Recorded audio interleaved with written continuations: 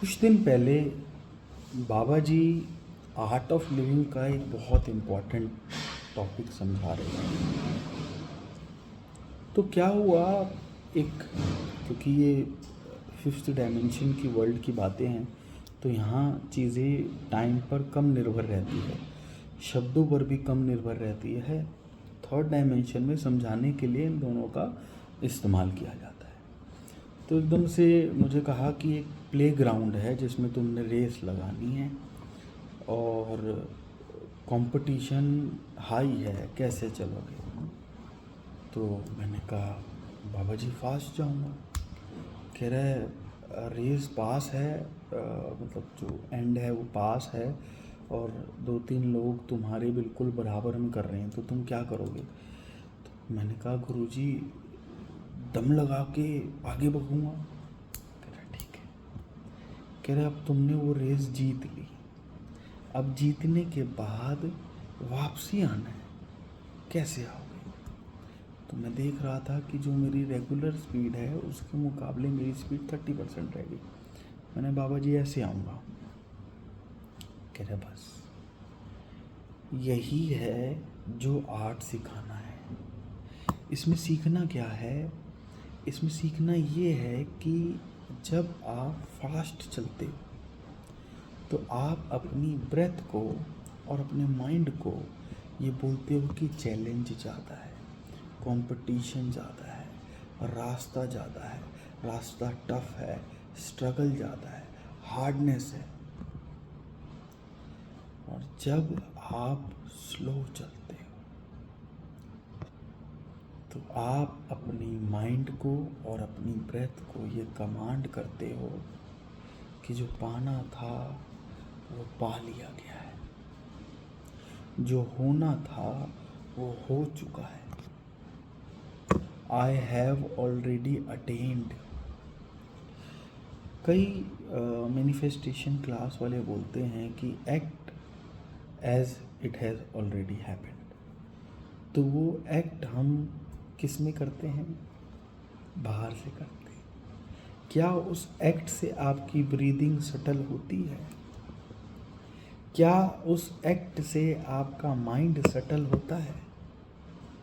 क्या उस एक्ट से आपकी इनर एनर्जीज पीसफुल होती हैं?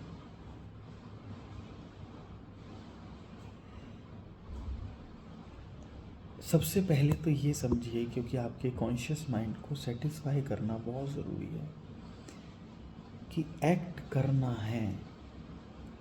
जैसे पुराने ज़माने में 8-9 गाड़ियों के अंदर 8-9 बटन होते थे एफएम के, वैसे ही लाइफ है। एकदम से कुछ अनसर्टेन आ गया, कुछ ऐसा जो हम अपनी लाइफ में नहीं चाहते। क्या उस टाइम आप अपनी लाइफ चेंज कर पाएंगे? तभी कर पाएंगे जब अभी नॉर्मल टाइम में इस एक्ट की प्रैक्टिस हो।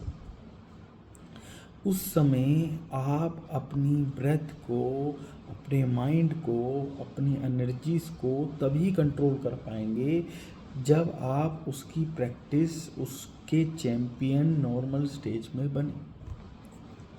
आप सोचिए कि एकदम से आप जंगल में हैं और शेर आ जाए, तो आप भाग पाएंगे क्या? पर अगर आप एथलीट ही हो तो आप वैसे भागेंगे, वैसे भागेंगे। फियर अपना काम करेगा, बट फियर के साथ अगर बॉडी और ब्रेन न्यूरॉन्स में भी पाथवे बने पड़े हों तो वो तो माइंड ब्लोइंग हो जाएगा।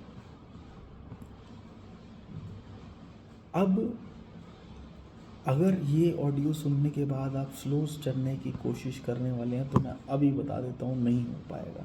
मैं करके देख चुका हूँ। इसका रास्ता दूसरा है।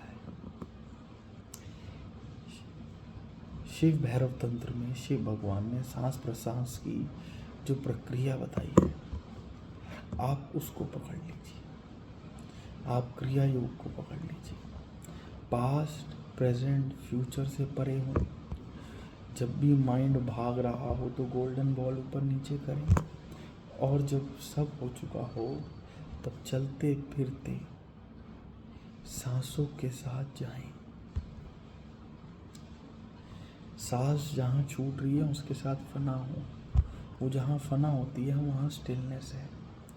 जितना आप स्टिलनेस में फना होंगे उतना आप स्टिलनेस हैं, इसका होश जागता रहेगा। बाहर जाती सांस के साथ भी, अंदर जाती सांस के साथ भी। इस बात को समझ लें कि जो आप चाहते हैं वो नहीं होता, जो आपका माइंड, आपकी ब्रीदिंग, आपकी एनर्जीज रेडिएट करती हैं वो होता है। कोई गरीब गरीब होना चाहेगा? आप बताओ, कोई नहीं चाहता। उसकी नज़र में वो नहीं चाहता, पर वो माइंड से, एनर्जी से और ब्रेथ से इसे रेडिएट कर रहा हो सकता है, कर ही रहा होगा। तो मैं बस यही कहूँगा कि स्लो हो जाइए। जब आप स्लो हो जाते हैं तब आप माइंड को ये बता रहे हैं कि सब कुछ पा लिया है, इसकी रेडिएशन में चलो, कि सब कुछ हो चुका है, इसकी रेडिएशन में चलो, कि सब कुछ मेरा है। किंग साइज आप देखो, हम 4-5 लाख वाली गाड़ियों को ट्रैफिक में देखते ना, एकदम से आगे जाती है और हौसला कैसे धीरे धीरे धीरे धीरे चलती रहती है। कभी आपने देखा एकदम से कट मार के रोल्स रॉय वाले को आगे जाते? ये सब पा लिया। इस बात को सोचिएगा ज़रूर।